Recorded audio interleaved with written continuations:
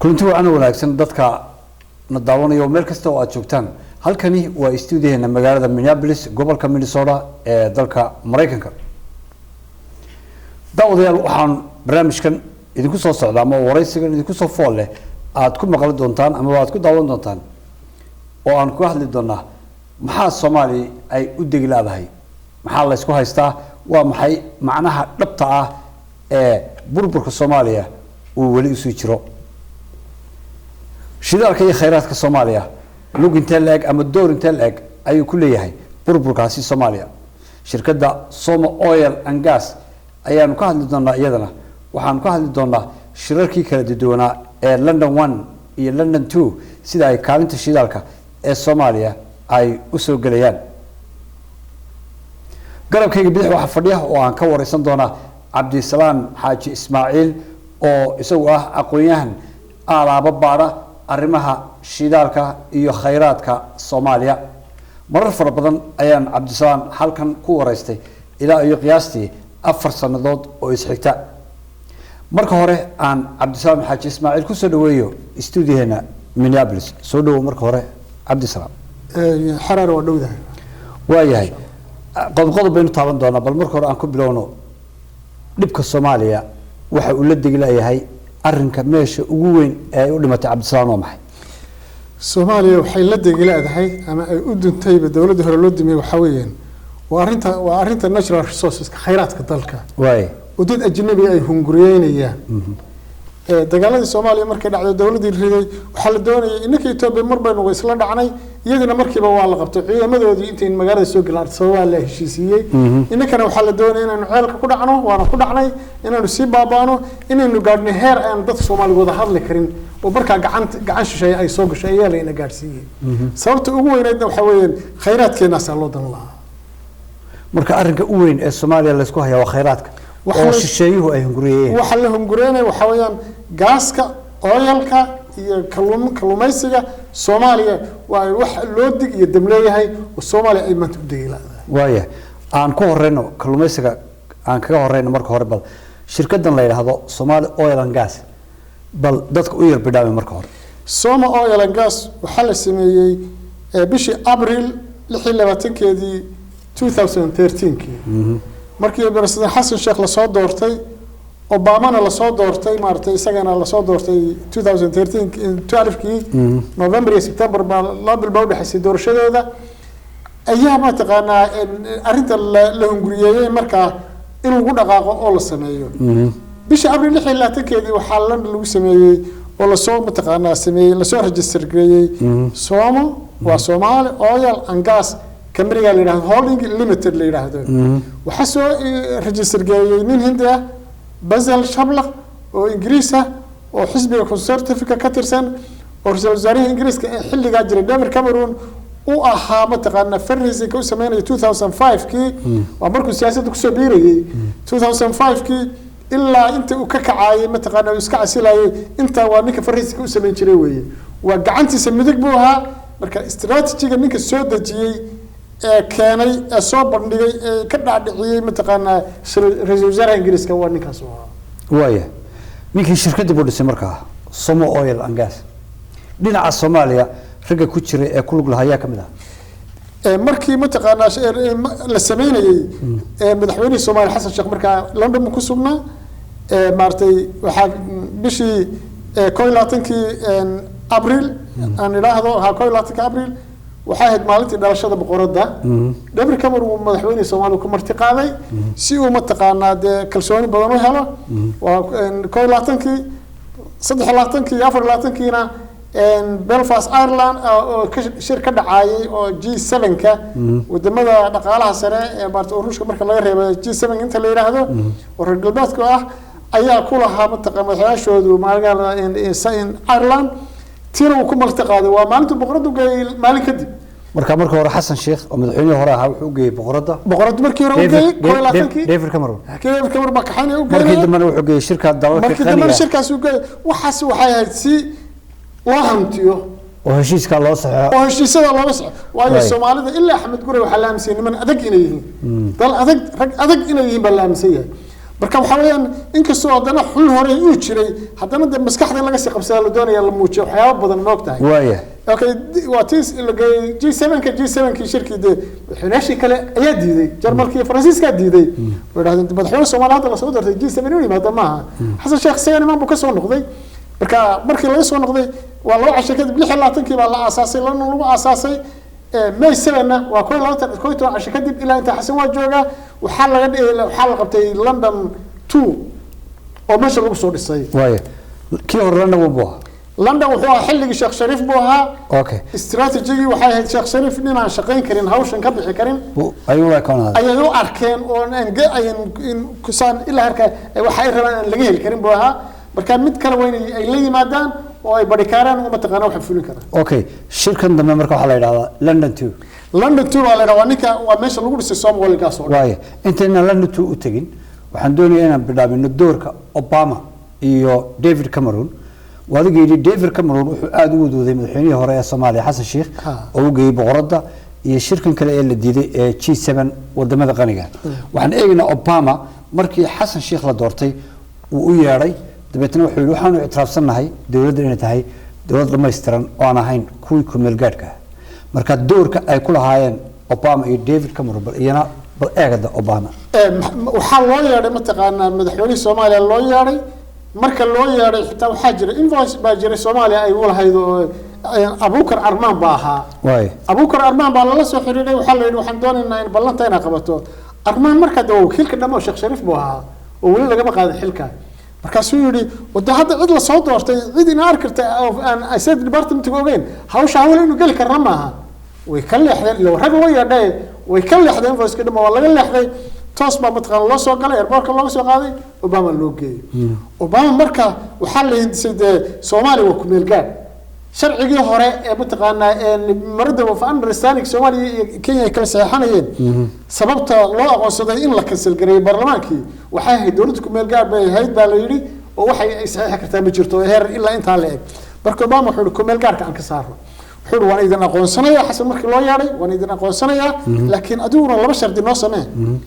inaan badda ka dagaalano kala dagaalano nimanka la yiraahdo pirateska hadda kalluunka loo socdaa burcadbadeedkii baan la dagaalamana hadda iyaga baa loo sameeyay shirkad moogtahay dhinaca gudaha inaan shabaab la dagaalano labadii isbeenina ku ogeyn laakiin waxaan ogeyn in Ingiriiska loo diray oo la yiri shirka London loo xil saaray ninka la yiraahdo maxay raahayto Cameron loo xil saaray moogtahay Obama intii kaga ma hadin Xasan Sheekh markuu u yimid oo la hadlayo laba wiil kadib waxa soo baxday Time magazine-ka oo maartay Brian New York waxay sanadkii daabacaan Ibriya markii sanadku cusub yahay 100 qof ee ugu influence badna adduunka ama xumaani hasamaan la yiraahdo moogtahay ugu hadalhayn badna ba martaqaana wala waxaya moogtahay baa lagu daray oo la ku soo dar Xasan Sheekh oo hadda la soo doortay oo aan xitaa magac inta la dooran kor magac hadaad Google gareysaba aan soo baxeenba anigoo inta la dooran 2000 ka xamartay ma aqoon ana xamar jooga ma aqoon xitaa oo xitaa magac soo maqal baba taqaana lagu soo daray 100 qof adduunka ugu maartay waxyaaba reer galbeedka lagu baadilo ama maskaxda looga xaday kamid ahayd moogtahay numberka 58 waa number aad u sareeya in bala ahay weeye moogtahay ka soo dhigay Obama dawladda buu aqoonsaday heshiisyadii buu ka saxeexday London baa loo diray lan intaas soo ku lahaa Amazon iyo marka ninka ilaalinaya oo UN ba ilaalinaysa United States ba ilaalinaysa Amazon inuu joogo Afrikaanku inuu joogo lacagta in la bixiyo bawlba lacagaha loo qayminayo ka waxa soo hadaan Mareykanku waxa wadin inta kale ma shaqeynayso moogtahay doorkaas oo ah Cameron baan u gudbaynaa Cameronada waxa weeye practically fulintii hawshii baa lagu sameeyay madaxweynuhu inta wadwaday markuu waxa uu wadwaday oo waxa la soo sharciyay ninkii inta uu ku qoran yahay May 7 la isugu yimid كويتو عشان كده بانتي ولا شرحي ما يسوي له سوي من شركه سوي wax qoran oo la soo diyaariyay baa shirka laga akhriyay afartan fardal baa isugu yimi qolaba wuxuu qoran waxa xasuustaa ninkii ra'iisul wasaarihii marka Itoobiya xukumay oo de aaminsanaa inuu Soomaaliya xamar dhulka dhigay oo Soomaaliya u qabtay nimankan oo aaminsanaa credit badan sugayay baa meeshii lagama baxsinba marka uu saxnaajiyay waa marka uu hadlay marka meeshii soo baxay shirka kan Soomaaliya dan ugu ma jiro wax doomaar danteeda ah ما تشرب بكرة من سجيبا واي قد يحرد بواي موقتها مركا هبين كي بيش تضرب أي هاي ninkii ku qoraa ee soo sharciyay kooyto cash soo sharciyay waa laga bedelay waxa lagu qoray Lord Howard baa lagu qoray Lord Howard baa waxa la dhisaa Germana ninkan Hindiga soo qoray baasha soo dhisay chairman ahaa owner ahaa executive ka ahaa in maartay in waxaan founder ka ahaa سيا بدل إنت بدل شيء توا كاميرون مقطع سواء هناك شركة سومالي دعيو معلومات شركة سومالي دعيو هناك كانوا حنا دعيو أول ساعة كي كقرنتها منك بعلو بقري منك هندي جو حالي كحجان ونقول نقول نولي تو شقة سنة يو كحجان ونقول على المقطع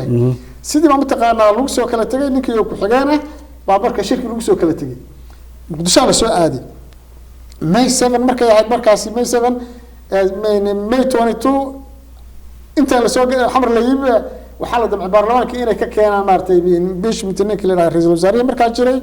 تدا العقبة اللي بحيي ولا جوجي برك والله الله مركز دم ولا يريدون عند شردون مقطع مركز دم ولا يريدون لك ساعد هذا ساعد ولا جوجي مقطع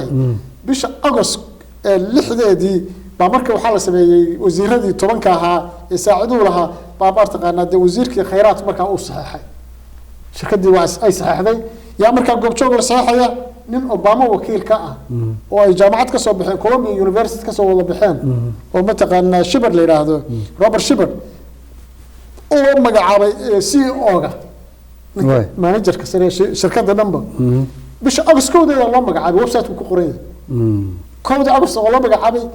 shanteediina xawr buu joogaa lixdeedina heshiisku saxeexaya ka wixii ba wax degdeg lagu wada sameeyay wax wada degdeg ma ogtahay ninkan hadda la magacaabay marka backgroundkiisa uu dawladda dimuqraadi oo waa ninka kan maarta jaamacad ka soo baxeeno isaga baa wax wada garanaysaa ma ogtahay okay xagga kamarona waxa ka soo marka kana waxa la siiyay 7% kii kalena waxa la siiyay tirada taalik baa la siiyay oo share-na waa la siiyay jagadana waa haya share-na waa la siiyay marka shirkana wax ninka bixinayo oo wax kan ku qorqoran oo waxan qorayo maal galiyay waa nin maartay billionaire oo China balki Russian ama Russian oo de maartay Russian ka Alexander wiilkiisana George buu ku soo daray boork uu ku soo daray wiilkiisu ku soo daray loo iskuul ka soo baxay isaguna lacagtan bixinaya waanu waxa ma galayay magaciisana idinku hawsha niyo grade dibad fuliya hawsha okay waxaan doonayaa inaan ku weydiiyo Cabdisalaam حسن على خير رأي مكان رئيس الوزراء الصومالية ولشيء ساي نرويج شاهد أما نروي ولا شيء أما لا شيء هيستا أي السوقنا كلها شير سيدا ورك أي شيء جين أنت رئيس الوزراء هبنا نقول شركة داسي صوم أويل أنكاس أنت ما حد قولنا أرنتاس وحاجة بركي وحنا شركة كونتراد وحلا لسه هذا سبتمبر أغسطس أغسطس 6 با لا صح 2013 كي كونتراد لا صح هذا اكتوبر 7 لو بلود كدب اكتوبر 7 waxa la sameeyay waxa la yiraahdo hadhowto waa la qabsan karaa ratification لمن كلا صحيح برلمان كانوا مجين كانوا وديدي كران برلمان كانوا وديدي طبعا هذه الجهر الجين لا كحي يقولها وزير الحق ما لها حلو الراتيفيكيشن وشغل برلمان الراتيفيكيشن كبار السماية مركز على الحكي مركز ودقاقنا مركز على بقالة حمر اللي يراهدون والله إنه كوكا عيا وشعب كان ودتك حبشي ساري إذا كتب ودتك الماضي ساري سيدان يلا مركز على القبائل كان الله يرحل الله الكريم وحنا حسن الشيخ ده ورنيق لبكا سعودة ومدحوينه ليش أنا أحبه كله هاي دايني اللي الله سوق هذا حسن الشيخ بديني الله سوق بالصدق ديفار الرول بالسعودة شعب كالصومالي وحال ديفار الرول لو سمعنا وكان هالكلو وكان هالكلو صار يا إلا هنتيو خيراتك إلا خيراتك تذكر حمر يكون سيسين برنامجين قلنا وهرفر يسوي خير ولا هذا ماشي أنا 1% لي سيد برنامج بكون تاجرين مركي انترناشونال مونيتور جروب أي خير بارين اللي أنت لو قلب شغل قلب الله هيستاهل أي بارين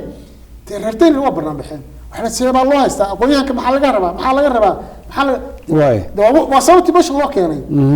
وغير ودي لنا وحلا حسن الشيخ ده أنت ومتقنا وتاجيه هاي وين هذا حسن الشيخ ده ونفع ودك سياسة الدبلة وحريرك عالمي والسماء كذا كذا كذا وحينيك وتشيدين ومعامرات كورسبيرسية وكقرصية لكن حركة يعني ولا قصة اللي لا قصة ولا جب حي هل كانوا شرير لجيني الكل كلنا ويارك الصومالي دموقتها برك حسن خير الصوت الله قصة أساسها هاي نوفمبر صدقي طبعا كذي 2013 كي وبالكذب مركي راتيفيكيشن للسنة بحسن خير الله قصة دري 1% تبالسية مرك وحلا يبورك كات كجرتا 1% تبالسية وحن 1% وحنا قرية 2 milyan oo lacagta ingiriiska ah ama 3 milyan oo dollarka mareykanka ah ayay noqonaysaa shaararka kan iyo waxa kan qolada shaqaynaysa xoolaha yar baa la siiyay ninka wax shaarka ugu weyn waa ninka ruushka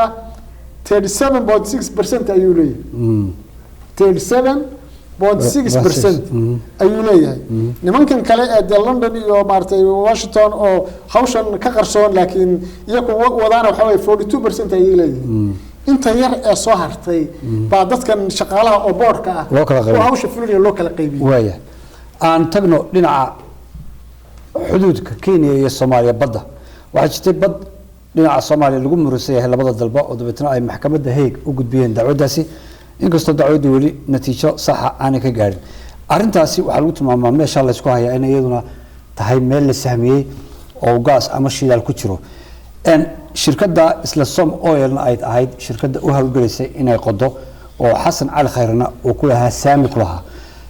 maxaad iyadana tafaasiil ka siinahay dadweynaha arrinta badda Soomaaliya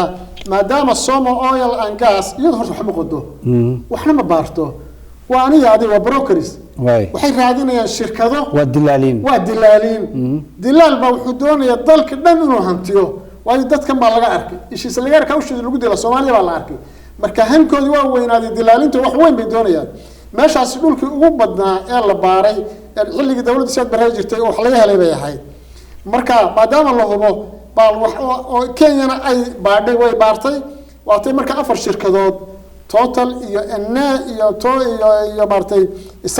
saddex shirkadood 4 shirkadood mid Mareykan mid Faransiis mid Talyaani iyo mid Norwegian bay heshiis la gashay 6 ceel ay heshiiska la gashay waxa ka saaray bisidqi wiilal dhalinyaro reer Calgary jaamacadda University of Calgary dhigta oo dhowr iyo 20 jir ah oo geology bartay cilmiga geology petroleum ka bartay walina arday ah baa waxay dhiseen urur la yiraahdo East Africa Energy Forum energy waxay arkay wadnankooda la boobayo waliba nin ay isku magaalo joogaan baa kamid ahaa Sulfakhaar la yiraahdo shirkadii Kilimanjaro oo afgooy heshiiska xilligii Sheekh Shariif gashay iyo Cabdullaahi Suxuliyadoodii gashay baa oo waliba isku meel bay joogaan bay ka arkeen kaasina oo ninka kan hindigahay wadankeena inta kale waxna ma dhaamo markaas ay baareen baritaanka sameeyeen nimankaas oo loo yar qabsaday warqadaha qoreen loo yaradii shirkadihii bay dalalkooda ugu tagay afkar shirkadood waxa dhahay Soomaaliya laba dawladda jirta waa ku meel gaar rasmi ma aha heshiisaan agashay waxba kama jiraan waa khayraadka Soomaaliyeed shirkadu way ka baxeen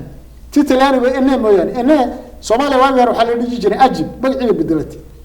ajibti hore way oo meel walba gaasitay shirkadu jiri jiray marka hadda laakiin inay waa diiday oo laakiin intii kale waa ka baxday waa ogolaatay inana waxa way musuqmaasuqa Soomaaliya waa qolay Talyaanigu baray waxay leeyihiin saano la laabanayaan Talyaaniga way oo balaayo oo musuqmaasuq waxana maartay laakiin saddex kale wiilasha ka saaray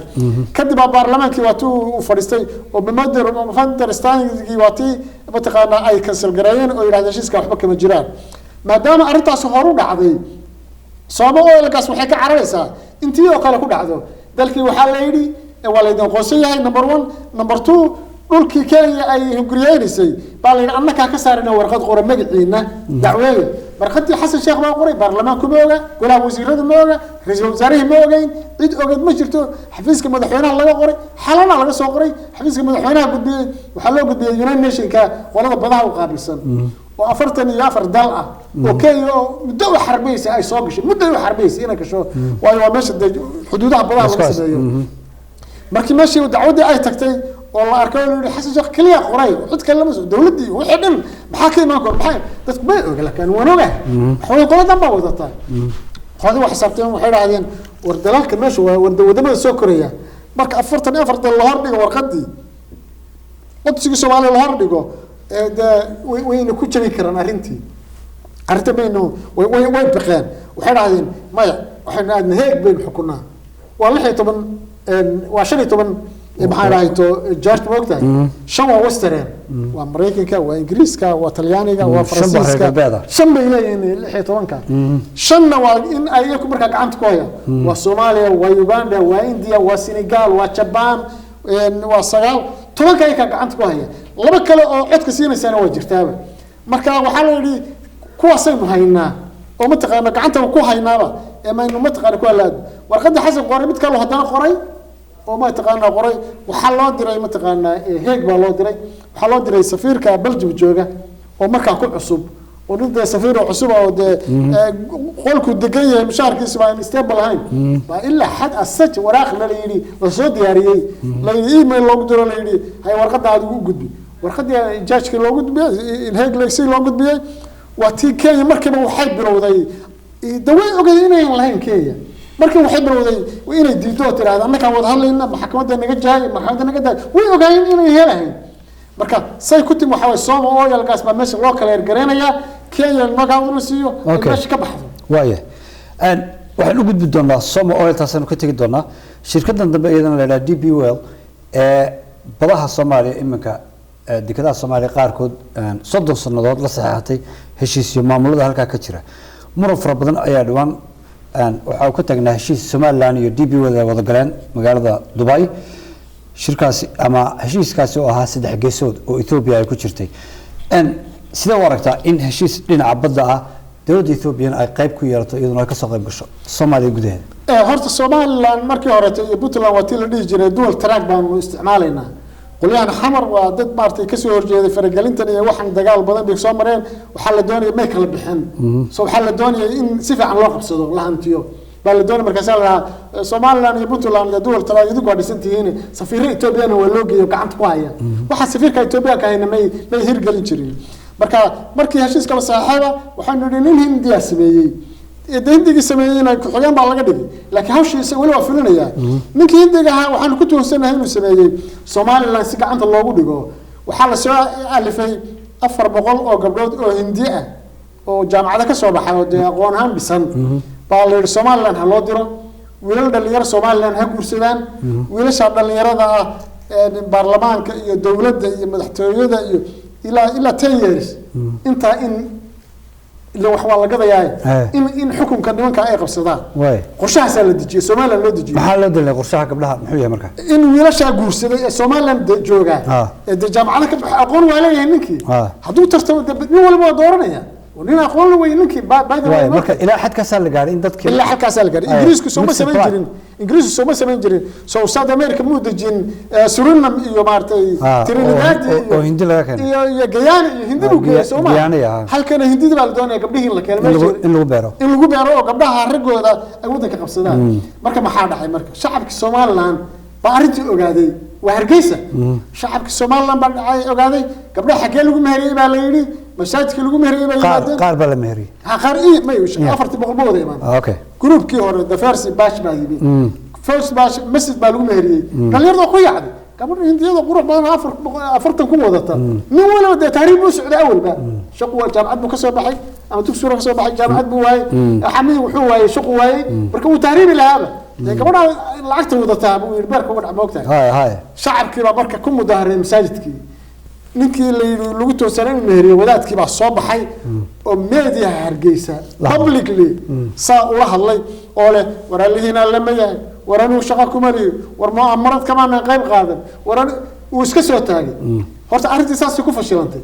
groupka wixii ka dambeeyay arrintii waa fashilantay noqday gabar dambe hidii imaan mayso sidaas ay arrintii isku taagtay ajiib وده الشعب باكر ماشي شعب دولة ما جرتو شعب كهربي شعب باكر ماشي شعب كهرجيس أساسي ميجي بالخرا شعب كحمرنا سوما أويا لقاس حلال الله فرديو إلى السماية ما لقربا ويا كجبار ما جوجا يا كسماي جوجا كبيدو جوجا وحكي بس ما ينكر كحمر جوجا باب حلالك بنابي حكرا أو تشيري كرا موقتاي مركزية شعب كهرجيس قرشي قبلها أفرت بقولك بنادي هنديدا وصور تاجي وهرجيس عام بيكتا هرتاس قبلين دي والله عقوة تاويلشي قرسني ياك ما يوا كونسبيرسيغا waxaan u jeeday war gabdhaha iyaga guursanay ba wadaydii ilaahay markaa hadlayaan media ka hadlayaan war hadii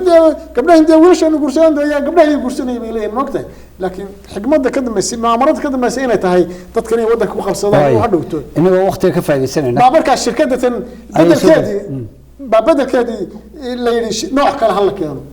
shirkadan DBA baa markii hore la bilaabay heshiis hore bay markii hore ahayd dekada ku ekayd waxa la yiraahdaa beesadi farta loo taagay farxo booda Soomaaliya maama markii dambana DBA markii hore waxa la yiri military base ila DBA waa dhaqana dalal badan ka jirta horumar bay sameeysaa ila lama xay xaqra moogtahay horumar bay sameeysaa laakiin dalalka khidmad qaar yar bay ka qaadataa Djibouti 67 Djibouti baa leh tanna 35 bay lahayd laakiin Soomaaliya waxa la yiri لحدن يشن أي قادنسا إن DBO موقتها maxaa Soomaaliland soddon bay qaadanaysaa 19 Ethiopia seenay ku dhacaysa wixii Soomaaliland la siin lahaa 30 iyo 19 40 iyo in Soomaaliland qaadataa إلى قاتو ولا بكتني كوينة قاتو الصومال وجبت الحين تضوي الصومال إنه أنت قارت به بعمرت قانا ولا سيبها دلها مركب حلالة قوسنا مليت إذا كمان قوسنا أنك كوبيلا الصومال أنك كائن مركب بورك بسوق اللي مسحت هذه تيري بس ما بورك بسوق اللي تبي أنا مش حكومة يسا صدق يتوان مركب تبي قالت أنا مرسل قارة على سينا يا ووحنا نم اختبرنا كم واتي حلو تيرت وكهلا ينالويتو اختبرنا كم مرسل نم بالله قدي واتي مركب وحلوسي دريا سليم ملتري وحلو عدنا لوجد دولو وحطين تهلك لوجد دولو دواتي حطين تهلك بربرة وضخيننا هلك تربى كتورنا كذي كذا إيران كلي مادي مركب واتي مركب اللي يدي أرض ملتري ولا شو هذا وأون هول كلي ما توتني لما كسر وهول أون هول كلي وايه وحن أيضا أنا وقت قابل هاي السنة dhinaca kalluumaysiga waxaan la socnaa in maraakiib fara badan ay Soomaaliya ku xeeran yihiin kuwaas oo dad guraysta kheyraadka dhinaca badda ee kalluunka argoosatada iyo arrimaha kale ee badda ka jira waxa ka jira badeeni guud ahaan badda Soomaaliya xaaluf sida nabaad guurka dhirta loogu sameeyo oo kale arrinta kalluumaysiga aan sharciga ahayn ee caalamka uu ka wado Soomaaliya gudaheeda maxaad oran lahayd barkii ay heshiiska la galeen xasan ay yiraahdo badina annaka ilaalinayna dibiraadka kalena laakiin waxa qarsoonaa heshiiska noo saxiix ma ogtahay markii London tuu laga soo noqday 2013kii July 25 waxaa la saxiixay shirkad kalluun oo Ingiriis ku qoran askari ahaa hal nin baa ku qoran waxaa laga sharciyeeyay oo register ay ka tahay Seychelles ninku waa nin Ingiriis ah waa nin xisbiga conservative ka marka maxay isleedahay de Cameroon ka socdaa ma aho Cameroon baa iskale laakiin ninkan waa shaqaale sida Hindu kan ugu qoran yahay baan kan askariga ah retire ka miya kind of Ingiriis ka baa loogu soo qoray laakiin tan waxa laga soo sharciyay Seychelles magaceeda waxa la yiraahdaa Somalia Fishing Guard Limited way kaligeeda waa Somalia Fishing Guard Limited July 27 2013 baa waxa loo saxay from Kismaayo to Sayla shirkadda mas'uulka ka kalluunka Soomaaliya that's capacity إنه كمسؤول تاعي و25 July from Kismaayo to Sayla Kismaayo to Sayla إنه يكون مسؤول تاعي Soomaaliland إنه ما جيران وكون هذا قلقيني ديبي ولا كقلقيني وحده أوده جزء إنه يكون إنه يقرتان خامرات كسرت ويا نقطة أنا أنسي وضع مركز ليدي هشيس كاس كلوميسك إلا أنت الشركة أي كمسؤول كتاعي إت كلا ليس مسيني مجرو أو البطولة أنا Soomaaliland بحوجها بحنجري يمكن ولا بجوجي والله اسقبسده waa tii laga joojiyay dawladda sharci bay soo saartay sharciga dhawaan buu hirgalay dawladdan hadda hirgalisay xogaa feera ku jirta la yiri waxa la yiri 25 badda Soomaaliya soo 200 meel maaha 25 oo ilaa Sayla ilaa Kismaayo inta xeebaha soo xigta maamulada gobolada ayaa sameeyay waxay taasi ku jirtaa waxay sheegayaan wixii ka shay maad shaqo kuma laha 25 meel oo xeebahaas ah ilaa Kismaayo soo soco شلة تبع قبلات بحنايا مملات قبلات لا لوشيا قبل السكتش هذينيا سانو قايلين وقتها يكو حي بحنايا شان لا تنميل يصير يا شركة أجنبية ماشي ما حكى بحي مواطن الصومالية كلهم استدعها ماشي وكا بحي ونمان كمان تخدم برمرة واتن ماشي اللي براوي واتن هذا الشركة اللي سيئي ويسعطها برمرة واتن هذا الهشيس كانوا وصل سمي بواساس هشيس واتن هذا اللي قلي مدوب على صوص سعودة ومؤامرة عالمية بركوا حالة 25 ميل وبدأ أوصل كاب معمولة وبحية إذا أنتم يكون لو كنترولي أما ني سومالي هسيا أما شركة العكاقات لكن حسيا من شركة العكاقات كم وزن سوي مشكلة دولة دول شيء لا تبغى حاجة حكتة قرادي بيقوم قنديس ويشي صاري كشيء حتى ينور الدولة دي هرجيس كي دواوينا ويحسن شيخ مركو سنة 2013 صحيح وش صحيح بشهد بوغ وضعي ولا سويدي وحالي ورفرم سيلع تو كسمايو بدي اوردر هالين انجليز وعسكري انا نصححنا الشركه دي لو نقdo waxa la negotiation bal wadiis hadaad google garayso magaca shirkadu ku soo baxaya doodii ay leeyahay ay qoladii saxaday ay leeyahay negotiation dib ay raadinayaan shirkadina la wasaxdeen ay leedahay moogtahay marka waxa weeyaan saasa ma taqaana heshiiskan hadda lagu dajiyay maamuladii xaqana lagu jeediyay wixii ka sheegayna shirkadii baa markaas ka waaya ugu dambeyntii hadaba عبد السلام حاجي إسماعيل هذا أورن لهي Soomaaliya marka ay tid khayraadka sida loogala dagaalamayo iyo sida loo kala qaybiyay iyo sida shirkado caalami ay gacanta ugu dhigaan Soomaaliya haadaan inta la ka dhacaysa xagay ku socotaa basleed Soomaaliya horta waxa la filayaa mataqaana mar hore in meel shidar ku dhacdo laakiin wali waa neef la gowrac waa la galgalanaysa neef la gowracay oo dhiban oo galgalanaya bay Soomaaliya wali ay la mid tahay way gacan waa sharci ahaan illegality iyo wax walba la sameystay laakiin way wali sidii ay rabaan gacanta ugu bay dhigin hadda waa tan Itoobiya dhul bayna ka haysataa oo Soomaaliya la eeg ilaa 15 milyan oo Soomaali ba ku nool martii ugadeeya waa dhul bayna ka haysataa gumaysi baa siiyay dhulkeeni iyadoo haysata baa mataqaana lagu soo daray bahdil layna ku sameeynayo Soomaaliland bahdil lagu sameeynayo oo madaxdooda ay garanin baa mataqaana la yiri 90% qaata marka xawayaan waxa la doonay in dadka kale mataqaana inay heshinin oo mataqaana isu imaanin marka horta halistaas weyn baa wadanka haysata waxa kale oo jira intaas oo shirkadood baa soo baxay hadda oo la qoray oo arrimaha Soomaaliya ku shaqaysanaya oo ah xagga security-ga waxa la doonayaa maadaama Obama iyo badaha mataqaana anaka ay ilaalinayna ciidan Mareykan uu joogay isagoo waa tagajaa kan waa ka qaadaya oo kharash ku bixinayo marka ciidan shirkado kale oo iyagu kareystaan oo martay private ah waxa tii horeyso la sameeyay waxa madax ka oo iskale taliyihii ciidanka wadanka Kenya iyo oo ninka xogankiisu waa nin Ingiriis ah ninka Ingiriiska ku hooseeya laakiin magaca Kenyaatiga ba iskale waxa libada Soomaaliya ayaan ma ku tiraad ugu siiyay markii hore Kenya way disitay Kenya waa tii Soomaaliya ma dawladda hore u diiday shirkadahan baa hadda la rabaa in masaal lagu siiyo shirkadahaas oo dhan baa la doonay wadanka lagu qabsado marka baarlamaanka Soomaaliya iyo dawladda villa Soomaaliya joogta maxaa la gudboon iyo dawladda villa Hargeysa joogta maxaa la gudboon ninka Hargeysa jooga iyo ninka Soomaaliya jooga kaleeto cadowga isku sib u arkaya hal cadow bay leeyihiin maanta inay gartaan wadankoodii Berlin Conference kana uga daran way Berlin Conference wala iska kicin kara laakiin kuwa iska kicin karaya ma marka inay fahmaan baarlamaanku wax alla wixii heshiisadii la galay oo dhan u daaqada ka tuuro nimanka la yiraahdo Amazon waxa meesha loo hadda madaxweynaha inuu rajada ka qabnaa 3 sano soo socota wuu asixiyay kambaal hadda ku soo asixiyay farmaajo awal la xishani waxa la sanadkiiba mar baa loo cusboonaysiin jiray waa hadii 2 sano la israaciyo Amazon يلا أمازون هدي لبسون الإسرائيلي شعب حمر جوا أربو كعبر كوكوبها حمر بعدين كانوا ودنك كحريم وهذا قاعد يضل محسنتي كاسنة دبض يروحوها أغنيها عبد السلام حاج إسماعيل وعن كوري سنة الرماها لنا جاسك أما والشدار كصوماليا سواء أنت بدن بارتان فرا بدن مدرر وكور قلي سنة كنايتها سنة كافراد عن استوديو نوصل بغض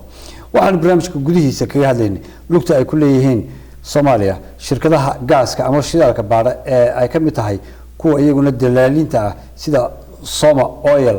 and Gas shirkadaasi oo ku lahaa amaba uu ku lahaa Saami ra'iisul wasaaraha tan Soomaaliya Xasan Ali Khayre waxa kale oo aan ka hadlaynay shirkadahan dambe ee iyaguna DPWD la yiraahdo lugta ay ku leeyihiin siyaasadda in shidaalka Soomaaliya iyo dhinaca kalluumaysiga markaasi la xalafiyo